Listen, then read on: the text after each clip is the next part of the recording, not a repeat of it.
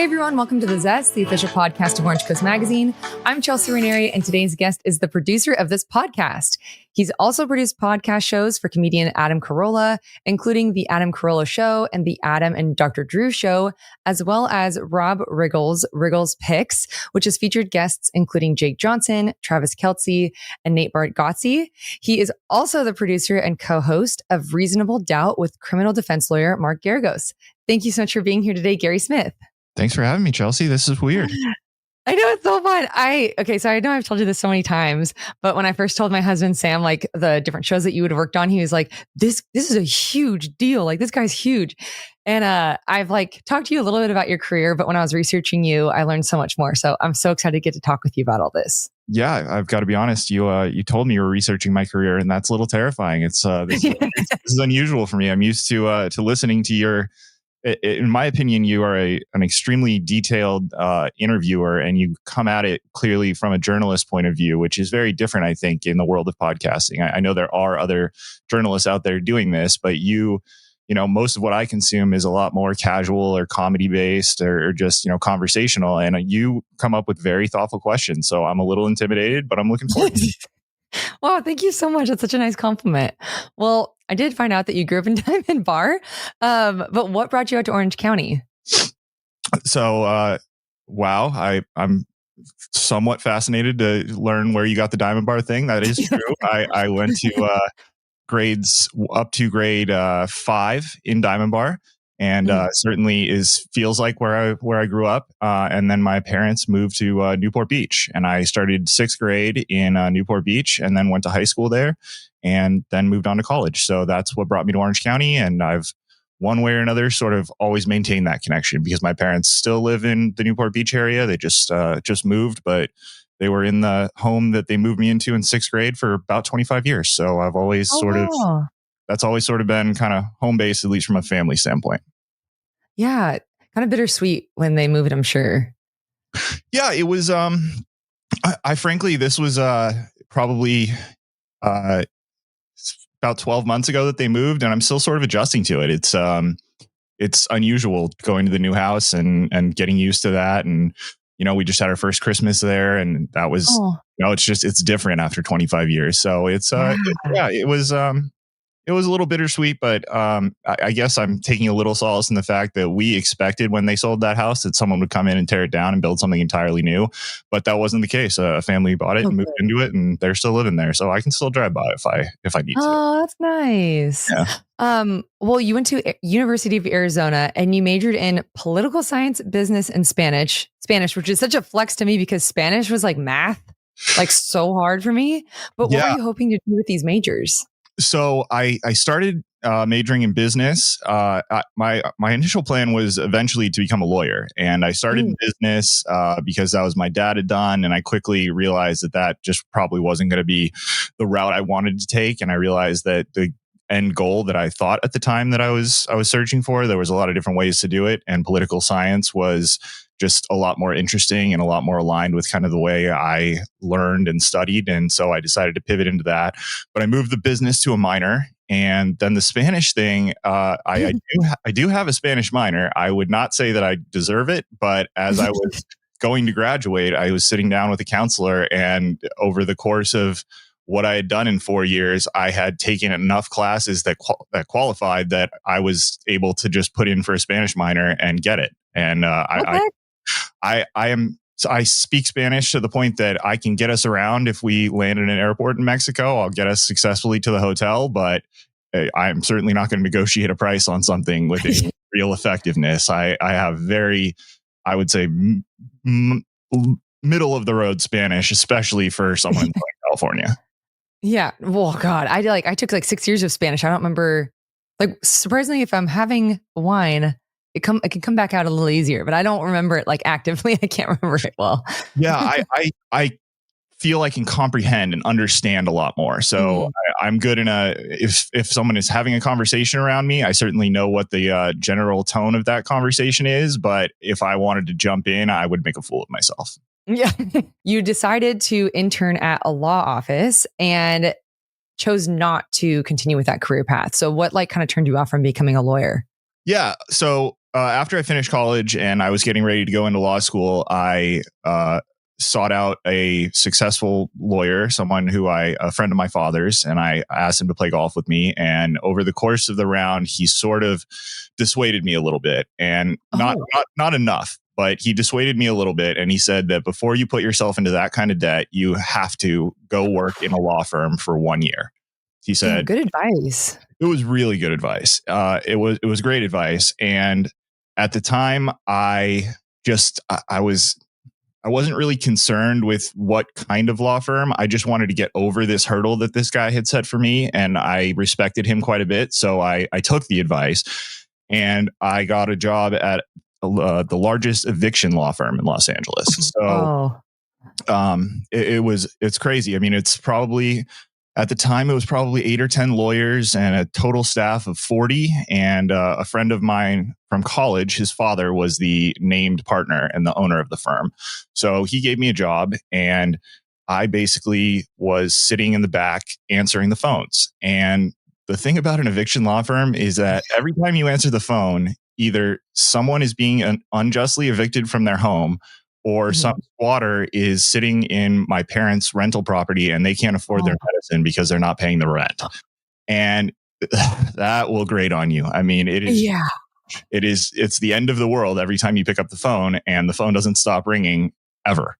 And that just was maybe if I'd picked a different law firm or a different kind of law for that year hurdle that I was trying to get over, I might have kept going. Ironically, I sort of ended up working for a law firm. So I guess I can't really escape it, but that was quite a bit. And it was really bumming me out. I was, young and just out of college, and I had a lot of hope, and that it did not take the full year for that hope to be sucked out. So I started listening to comedy podcasts, frankly, to get through the day. And so I would keep an AirPod, or actually at the time, it probably wasn't an AirPod. It was probably a wired headphone, but an earbud in one ear. And then I'd have the phone call in the other ear.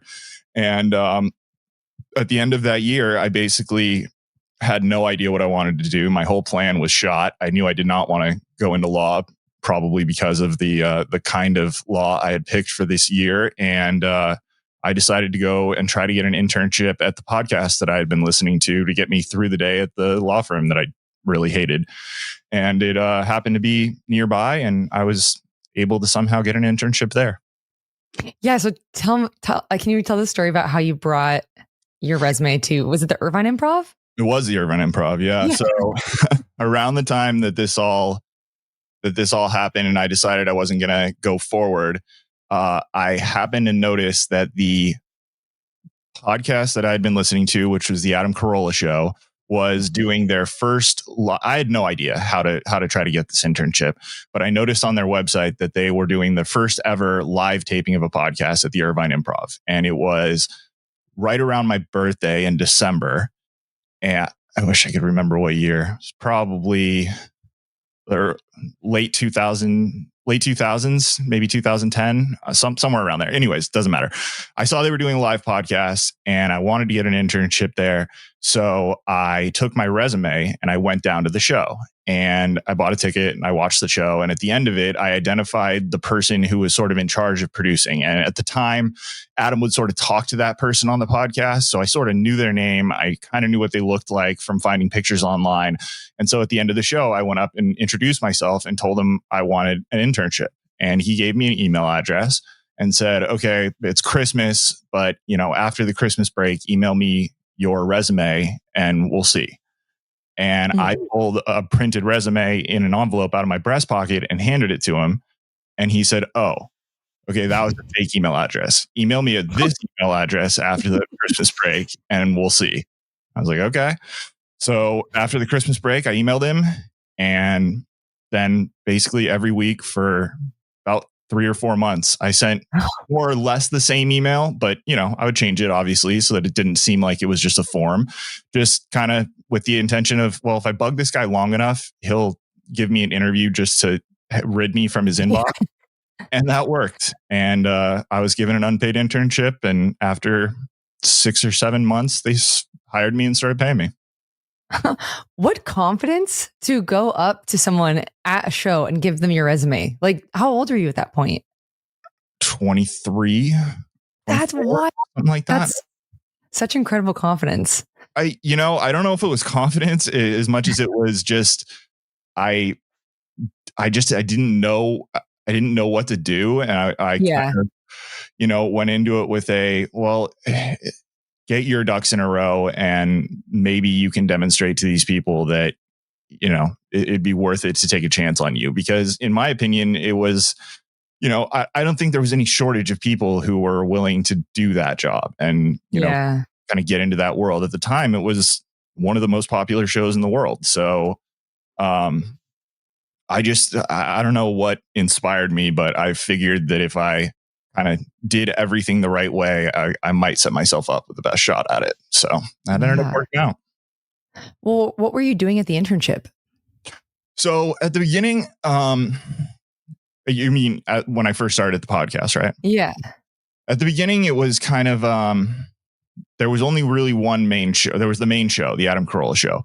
So I was kind of screening phone calls or, sitting around, just doing odd jobs, taking out the trash, just kind of trying to demonstrate value, just do whatever.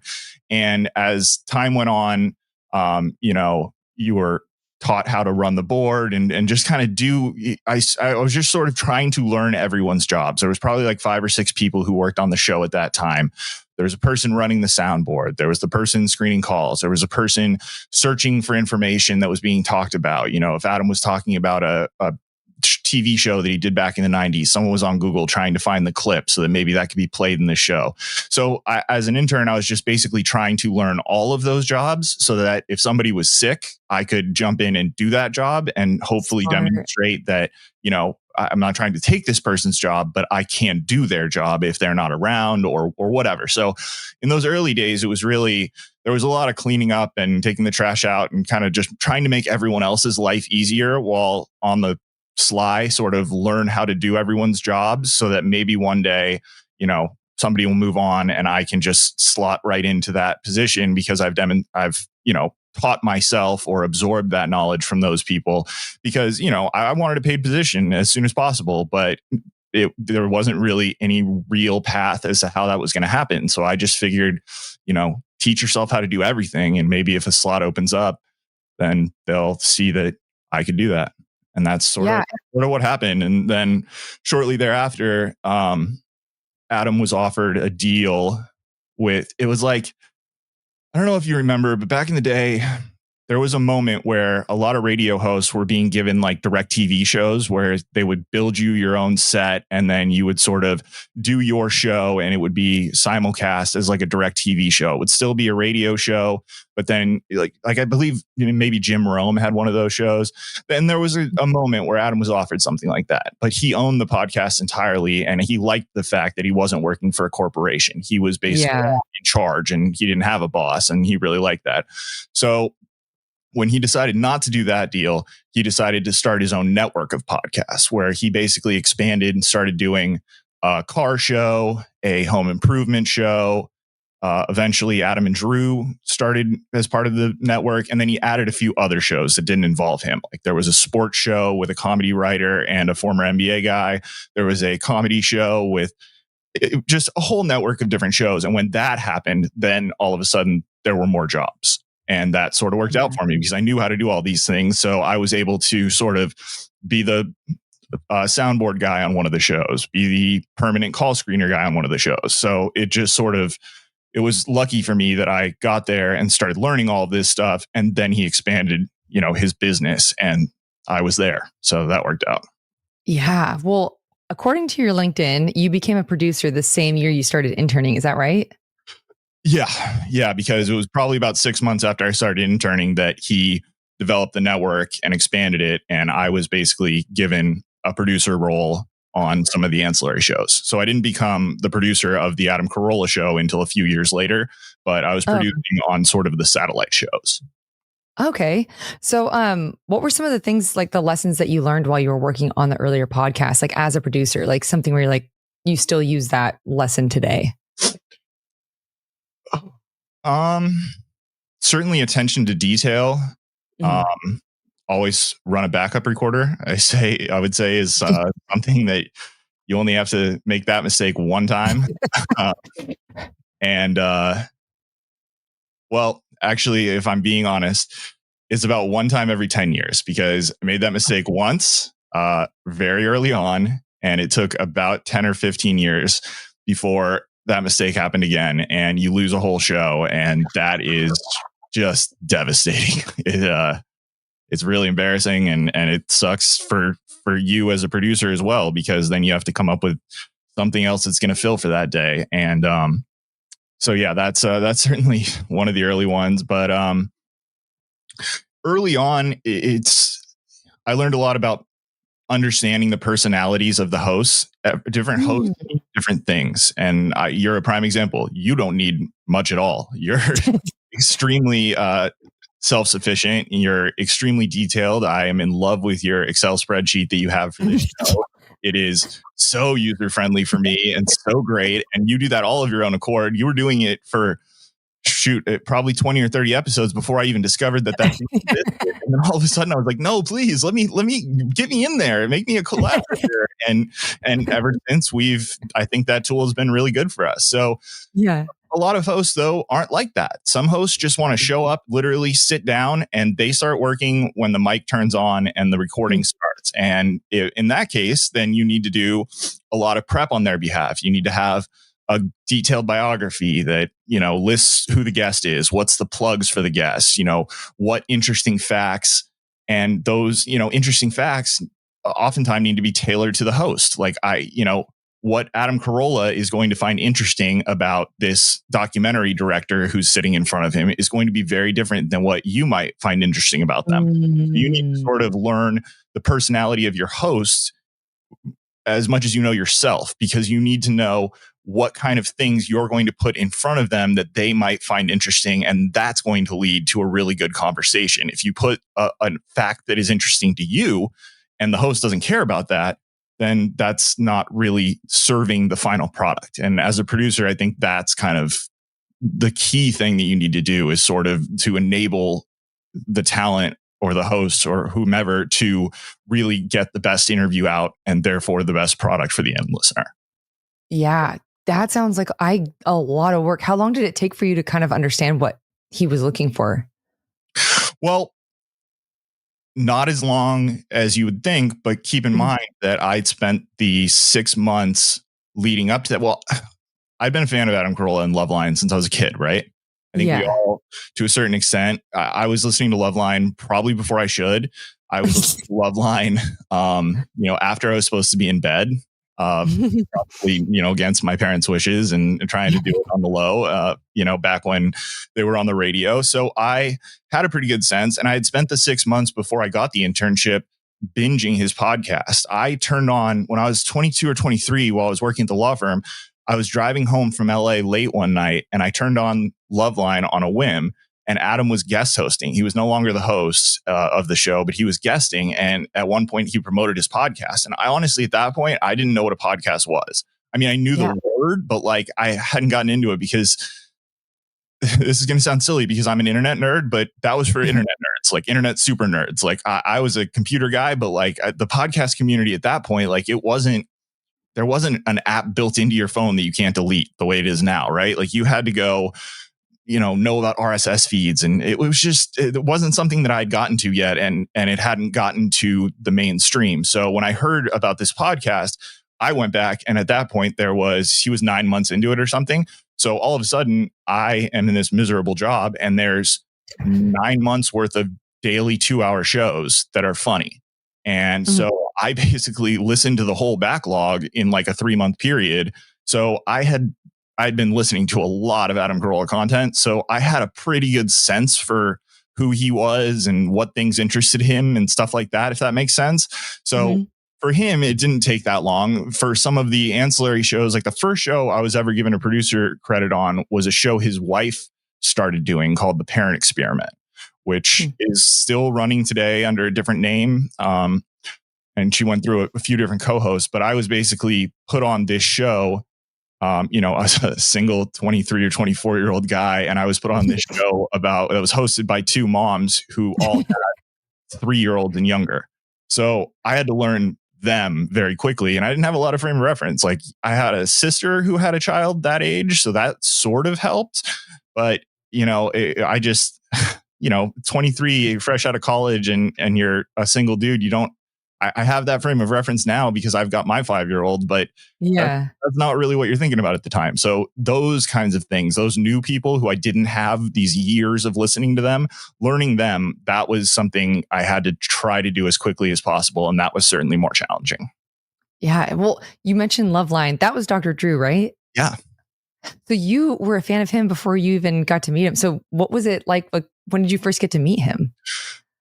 I think I probably met Drew within the first 2 years or so. I believe that the Adam and Dr. Drew show came on.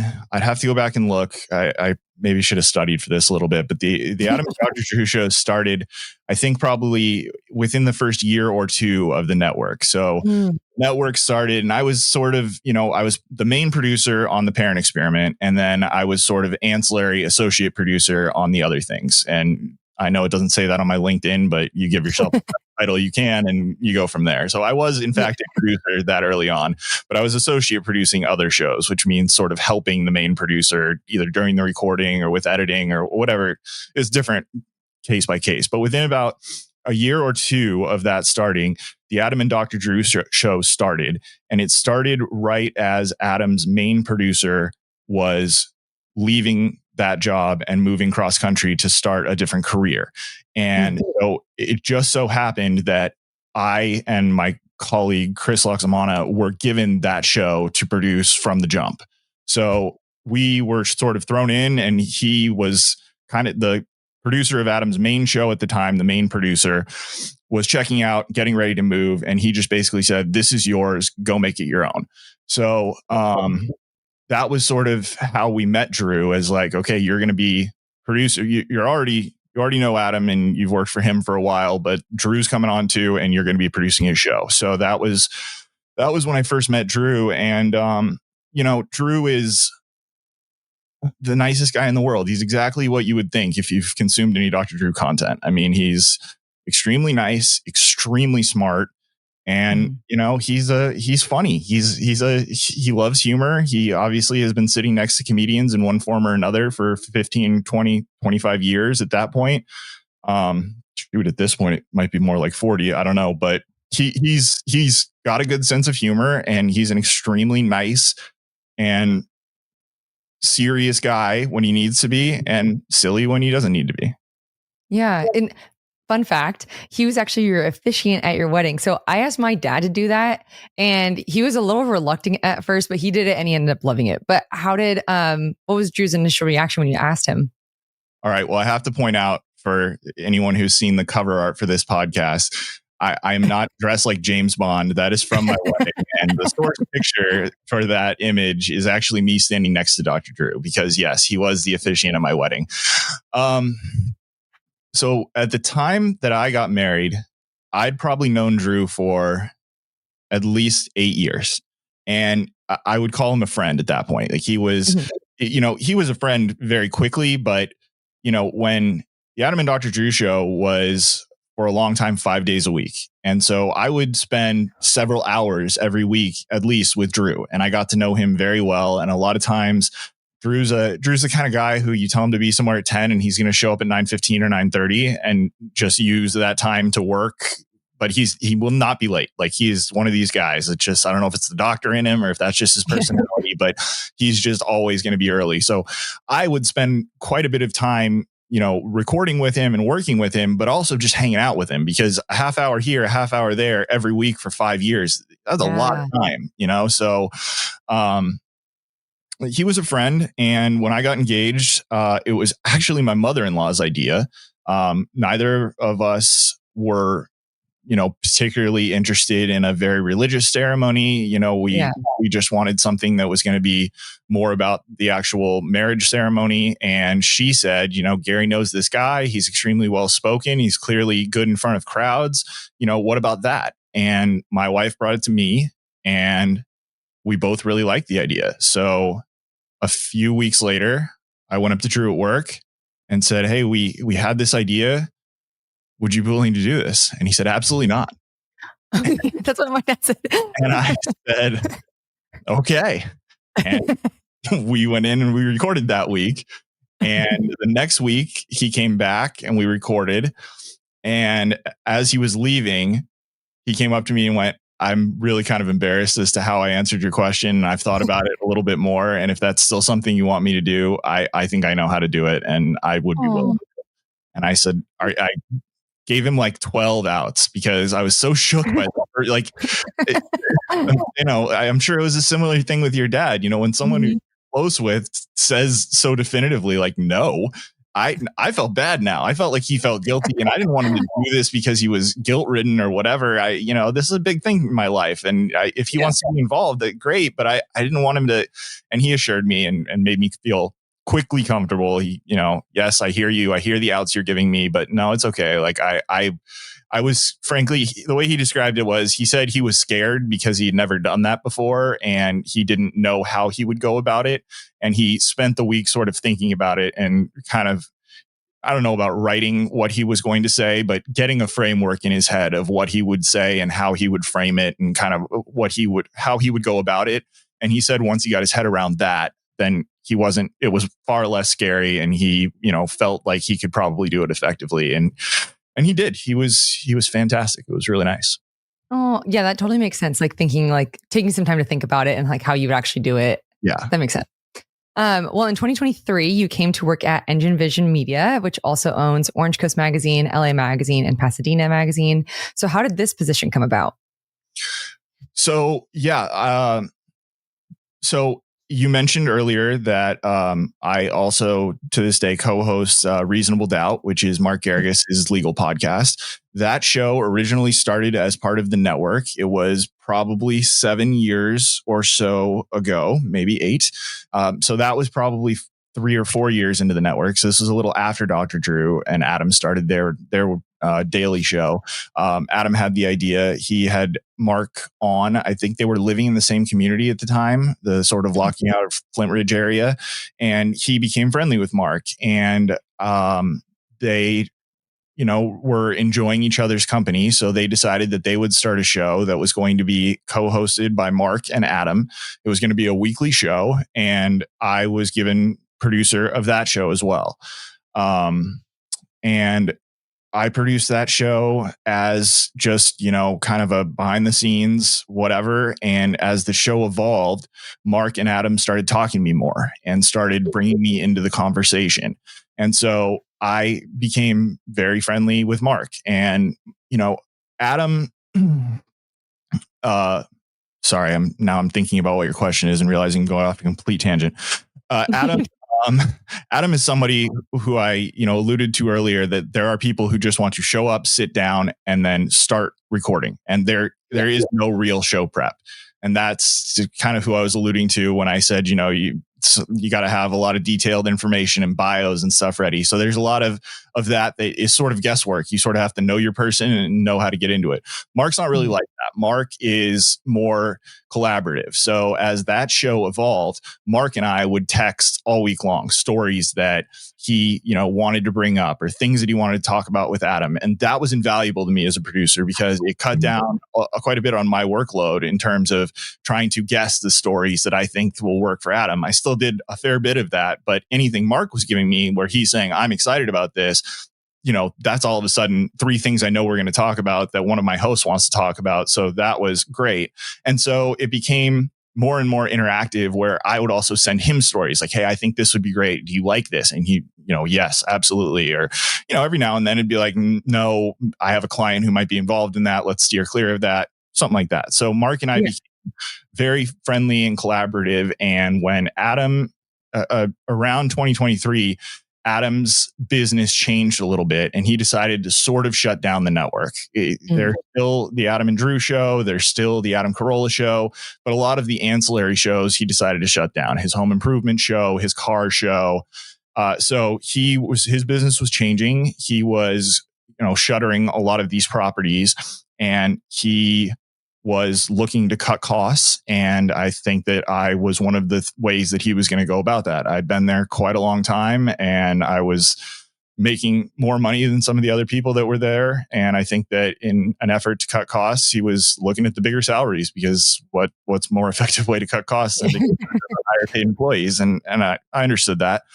And I think Mark had just purchased the magazines, was looking, for people to work in them, as well as the people that already worked there. He was looking to add some of his own staff into the mix. And he very clearly wanted to keep Reasonable Doubt going, even though Adam had selected Reasonable Doubt as one of those things he was going to shutter. His business was changing, and he was also trying to get some things off his plate. He was, he wanted more free time. He was recording, a crazy clip for the time that I was with him. And it was really taking up his life. He was spending, oftentimes 6 or 7 hours a day, 5 days a week in the studio recording. That's a lot of talking. I'm already tired of my own voice, and we've only been going for an hour.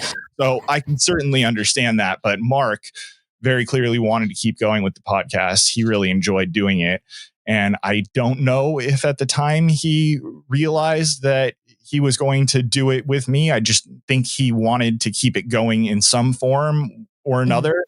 And so he decided, I've got this new magazine that I want to expand the digital footprint of. He knew me, and he knew that I'm very versed in sort of the digital world of podcasting at the very least. And I'm admittedly nerdy and good at other digital forms as well. So he brought me over and said, we're going to keep going with Reasonable Doubt. And you're going to work for Los Angeles Magazine in one form or another.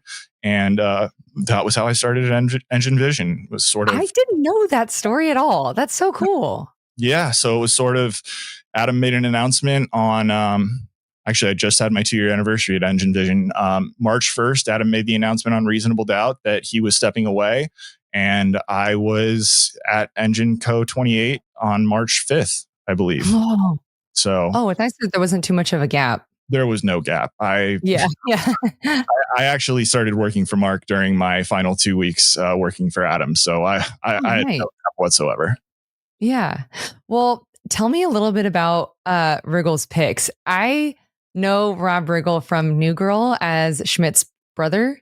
Yeah. And I love him. He's so funny. Is he from Orange County? No. He is from Kansas City, Missouri. Okay, never mind. But he had some crazy guests on. So what was that like?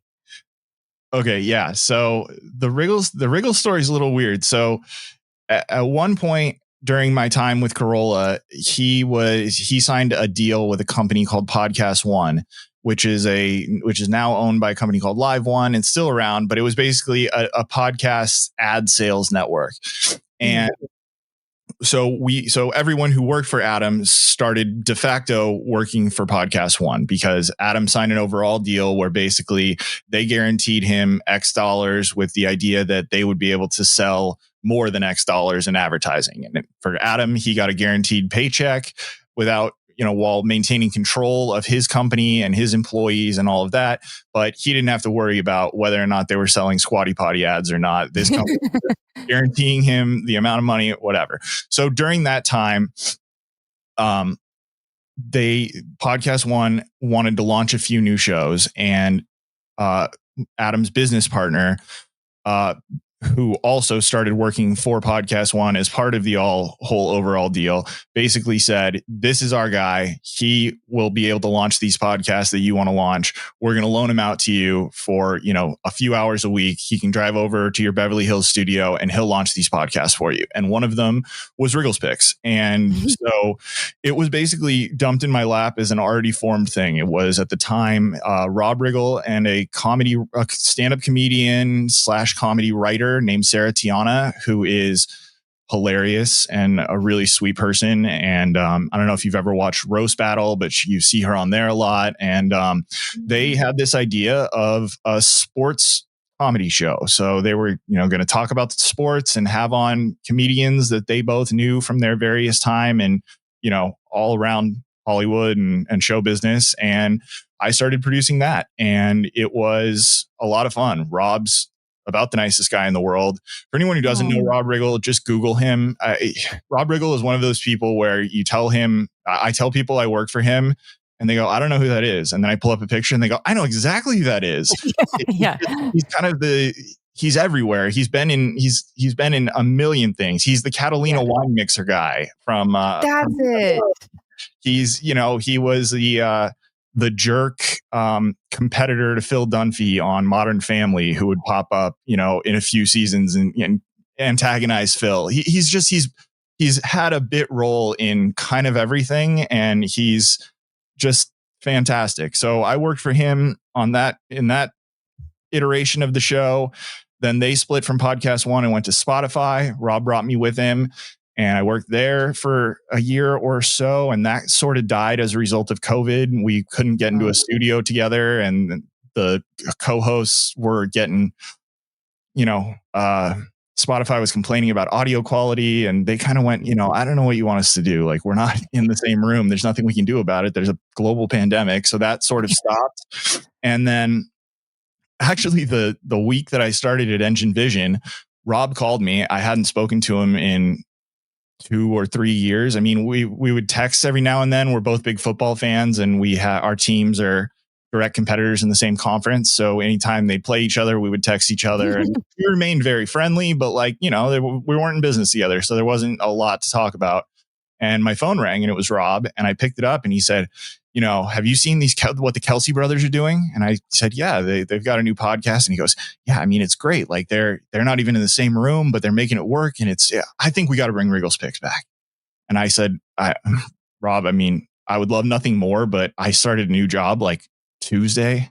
I don't know. I mean, maybe. But I absolutely adore Rob. And as it worked out in the newest iteration, which is still going, you can find it on YouTube or anywhere you get podcasts. Just search Riggle's Picks. Rob decided to set it up in such a way where he tapes one day. It's a marathon of a day.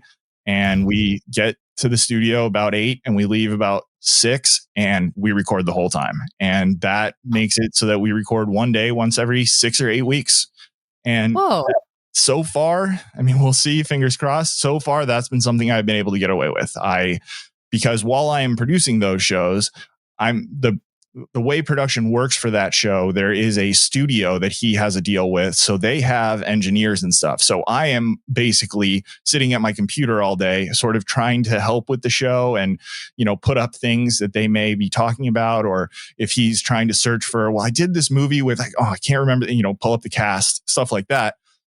That has meant that I can sit there and do my normal Engine Vision job and be at my emails and be ready for, anything that may come up in the day while I'm doing that. So far I've been able to kind of maintain both. And I hope that I continue to do so in the future, because it's really fun, good time to, just be around comedians. That's sort of where I started in this business, and I really enjoy it. So cool. Well, is there anything coming up in any of the various things that you're working on this year that you would like to shout out? Not that I can think of. I mean, I certainly Riggle's Picks is going to continue strong, and we get amazing guests over there. So if you like comedy, that's a good thing to check out. Reasonable Doubt is certainly not going anywhere. We do that at least once a week. Mark keeps teasing that we're going to do twice a week, and then we don't. And then my Twitter blows up with people mad at me. Though I have some control over Mark Geragos, which is laughable for anyone who's ever met him. But yeah, so nothing new that I can think of. But sort of all the mainstays are going strong and not going anywhere. Yeah. Well, we're coming to the end of our time. But before I let you go, as you know, we have the Thoughtful 3. So first, what was the best advice that you received when you were first starting out in the podcasting world? Always run a backup recorder. Yeah. No, I honestly am not sure. So very early on in working for Adam, I got frustrated, and there was an exchange on the air, and something had gone wrong, and I was getting, berated for it, which was sort of an ethos of the show. And Adam's business partner, who was also my boss, I got off the air and I was dejected and I was frustrated with the mistake that I had made and maybe what I felt was the unfair sort of result of that mistake. And he very casually just looked over at me and went, "It's all content." And that was something that I'm not sure that it necessarily applies to my current job, but that was something I kept in the back of my mind for the Carolla era, which was true. It was, we've got to fill a certain number of hours on the air. And if it so happens that you made a mistake and that fills 15 minutes of Adam making fun of you for that mistake, then it's all content. I mean, it's what it is. So that was something that I sort of held on to. That was pretty good advice, at least for that job. Yeah. It kind of reminds me of like all press is good press type of that was very much the ethos of the advice. Yeah. Well, what advice would you personally give to someone who's looking to become a podcast producer or in the podcast world? Gosh, I'm persistence, I suppose. Be willing to work for free. The podcasting industry is so different now from when I started that I don't know if you're going to be able to go to a live show with a resume and get your foot in the door that way. But it's a desirable industry, and there are certainly a lot more podcasts now, so there's a lot more opportunity. But I think that there's also a lot of people who it's just so different, because at the time that I came into the industry, I couldn't have gone to school for that. And now I'm certain that there are lots of people who are going to school specifically for that. And that's, one way or another, that's part of their media major or their, communications major, is they've been schooled in college and in various levels of their schooling and exactly how to go about podcasting and stuff like that. So it's just, I don't know that my advice would necessarily be all that useful to someone, because I've been in it for a long time and it's evolved to a completely different beast than when I started. Yeah. God, if I could go back to school. And then finally, what traits or qualities do you feel have helped you become successful in your career?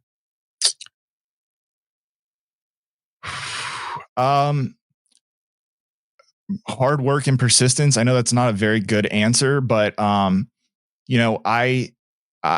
just will stay at a problem until I find a solution. I'm not going to give up if something's hard. I will just stick with it until I figure out the solution. To me, those aren't, I don't know, that's just sort of the work ethic I was raised with, and sort of the only way that I know how to go about things.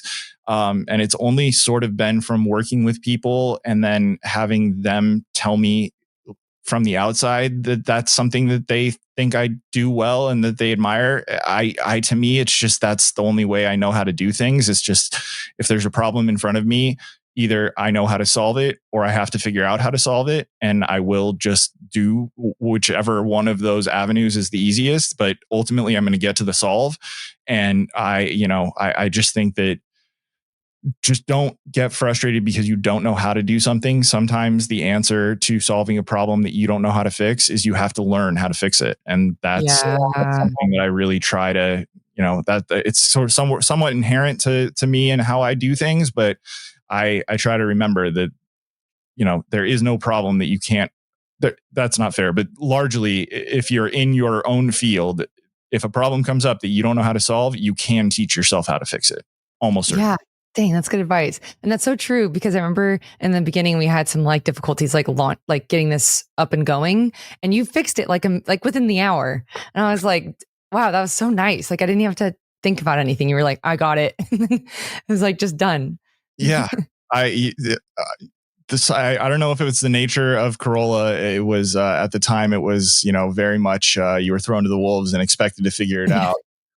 But yeah, that's something that just is kind of inherent in me these days, is like, look, if there's a problem in front of me, obviously if there's a gunshot, I'm probably the wrong person to ask for help. But if it comes to a computer or, something having to do with a piece of media or video editing or audio editing or something like that, I can largely figure it out, and I just will, because it has to get fixed. And there's not necessarily, at least in the history of my career, someone behind me who's going to fix it if I can't. I just, the buck stops with me, so I've got to figure it out. And that's sort of how I try to do things. Yeah, I love that. Well, thank you so much for doing this. This was so fun getting to like talk with you and like getting to learn more about your career. 'Cause I didn't know like much about any of this until today. Well, thank you for having me. I can finally unclench, because this was a lot easier than I was expecting. But your questions are always so detailed, and you're so thoughtful that I was a little intimidated. I will talk about that, but it was fun. Thank you very much for having me, Chelsea. I appreciate it. Of course.